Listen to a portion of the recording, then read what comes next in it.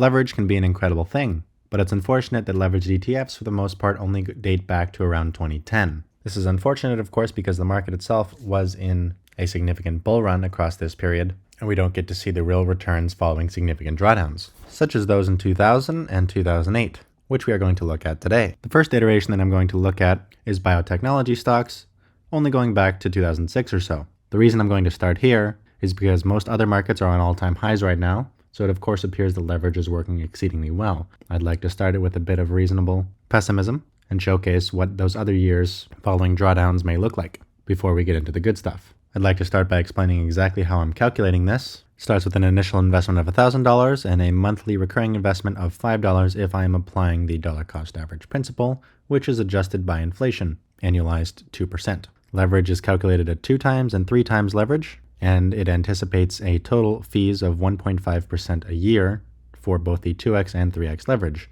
The reason the fees are calculated at 1.5% instead of 0.88% as they are in reality is to compensate for the perfection of this model, which does not take into account some slippage these funds clearly experience over time in ways that are not simply their fees. It gets it very closely, but my version ends up being slightly optimistic in the end. What we have here to start is the lump sum version, assuming no dollar cost averaging. This initially paints a bearish picture, but we will see how that changes as things go on. In this instance, the 1 times portfolio returned 600%, and the 3 times lost about 30% across this period. If we add dollar cost averaging, in this case it actually doesn't improve, because across the last decade or so, biotechnology was for the most part flat, allowing for significant leverage decay to take hold. And if we put this onto a log scale, we can see that you actually lost across this entire period on the 3 times leverage version. This is going to be the worst chart you are going to see today for a number of reasons. 1, a long period of sideways consolidation without any returns.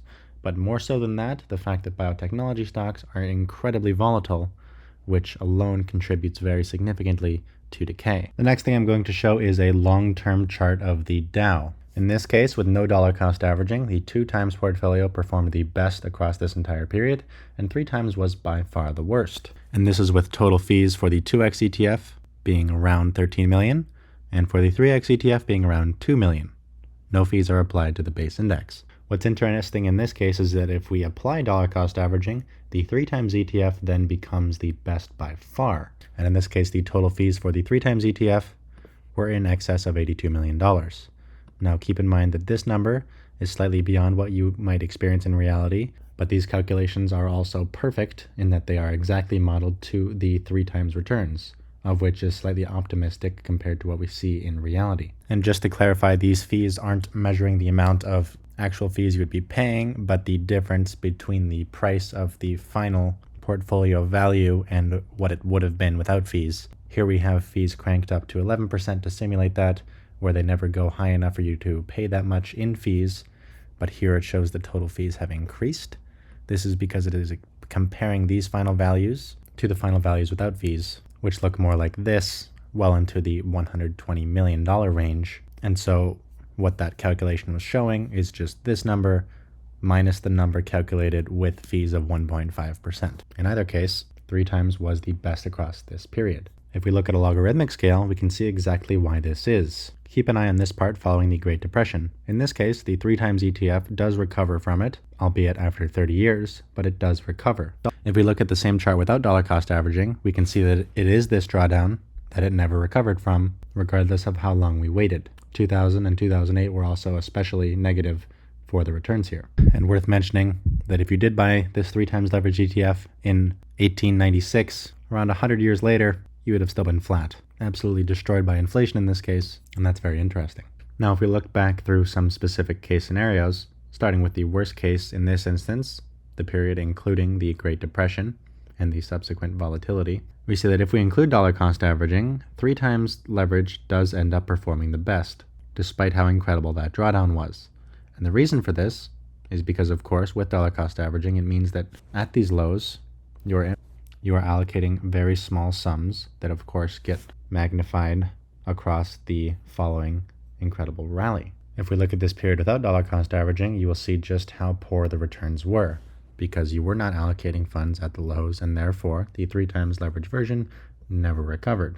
I know I showed all this in the last video, but I will show some parts of it again. In this case, the 3 times leverage ETF still performed the best from 1990 until present day. And while of course this was an incredible bull run, there was substantial volatility following the tech bubble and the great financial crisis. At the low, following the great financial crisis, the 3 times portfolio was the worst, but it did end the best, even without dollar cost averaging. But keep in mind, this does imply a 15-year period of no returns at the lows. It looks very easy when you apply this large of a time frame, but in reality, feeling the pain there, of course, it's very, very different. And you're wondering if you'll ever get your money back because you're also having doubts about the market as a whole at that point, I'm sure. And we will look at the Nikkei after this to see that those fears are perhaps a bit more valid than you might think. If we add in dollar cost averaging over this period of time, we'll see that 3x does still end up being the best performer. And in this case, we also started with a slightly worse origin point. Despite these significant drawdowns towards the low in 2009, it was able to recover because we continued adding more to the system. And in total, $17,000 would have been invested across this entire period with a starting sum of around $7,000. The fees associated remain a significant portion of the total values for these things, but not enough to take away their meaningful outperformance. Next, we will look at the Nikkei. Without dollar cost averaging, this is what it looks like. Everything paling in comparison to the incredible run into the top in 1989, which means that in 1949, if you had put $1,000 into it, 50 years later, you would be left with over $250 million. And very quickly following that, you would have lost it all. What's interesting is that if we do put this on a log scale, 2x ends up being the best performer and 3x the second best, still above the flat index. The fees associated here would be incredible. And if you're wondering what it would look like without the calculated fees, this is what it would look like, peaking at nearly $1 billion. Of course, far, far, far from realistic. However, if these calculations were pure, without slippage and without fees, this is how incredible these leveraged portfolios would be. Of course, that is very far from reality. And it is also worth mentioning that the Nikkei actually did outperform the S&P 500 across this period, despite the 40 years in which the Nikkei went flat. In case you were wondering just how absurd the bull run was in the Nikkei from 1949 until 1990, but it did go up an unbelievable amount across that period. In this case, dollar cost averaging does not make too significant a difference because the majority of the returns were accrued in the first 40 years, in which inflation, of course, did not match them, calculated here at 2%, of course. So the dollar cost averaging we apply following the Great Decline didn't have as much of an effect. If we move our origin point closer to the high, we will see, of course, a larger effect when dollar cost averaging, but still not enough for the leveraged funds to fully recover their decay. In this case, still underperforming across this entire period, despite, of course, our 1x leveraged dollar cost average model performing quite well. And in this instance, it is worth noting that if you didn't apply the fees, the 2x would outperform and the 3x would not, or at least they would be very, very close. Before I move on to the next one, semiconductors, I would like to just point out again how absurd this is, and therefore, of course, how important time horizons are if you are investing with leverage.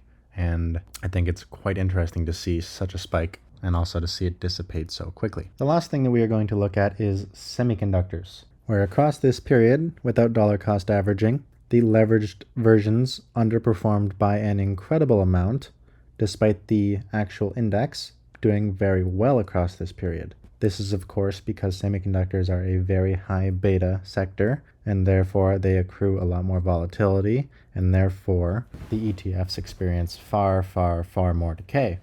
If we add back dollar cost averaging, the leveraged indices almost fully recover, and in the end the 2x ends up being the best. The total fees lost were still a significant portion of the total, and without them they would perform the best, but of course this is a part of reality. If our timeline starts virtually any point following the tech bubble, the leveraged indices do outperform, in part because dollar cost averaging has a larger effect following the great financial crisis. But what's worth mentioning is that 2x still takes the cake, because with the significant volatility, the 3 times leverage version does fall short. And even if we look at times following the great financial crisis, the 3 times leverage version only slightly outperforms the 2 times, though both significantly outperform the 1 times because, of course, the market and the semiconductor sector performed incredibly well across this period. Of course, the underlying index looks very good with this dollar cost averaging, but in reality, it was also exceedingly good as well. It's been nice to visualize this process and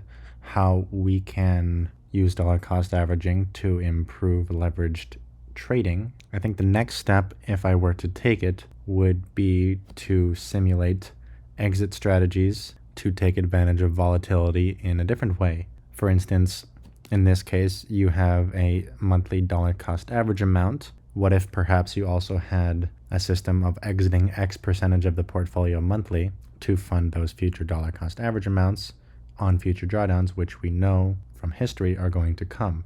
And then we can adjust our dollar cost average amounts to be a percentage of that cash value or something like that. That would, of course, be a much larger process, but it would be very interesting to look into that. Anyway, that's about it. Thank you for watching. Like, subscribe. That's all.